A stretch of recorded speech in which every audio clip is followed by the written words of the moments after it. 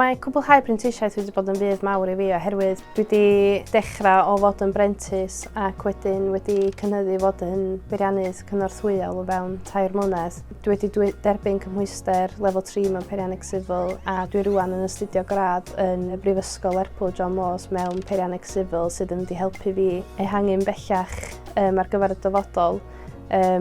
A dwi'n meddwl hefyd fod cwblhau y brentisiaeth yma wedi bod yn fantais oherwydd dwi wedi datblygu fy sgiliau siarad a gwaith tîm a dwi'n meddwl bod o wedi bod yn wych. Rydyn ni fel cyflogwr yn y gyfredau'n priffyrdd yma wedi gweld llwyddiant bod swydd prentis yn gweithio. Dim eisiau edrych yn bellach na Ceris sydd wedi datblygu ni yrfa yn gyflym iawn oherwydd y cyfle mae wedi cael gan Cyngor Gwynedd.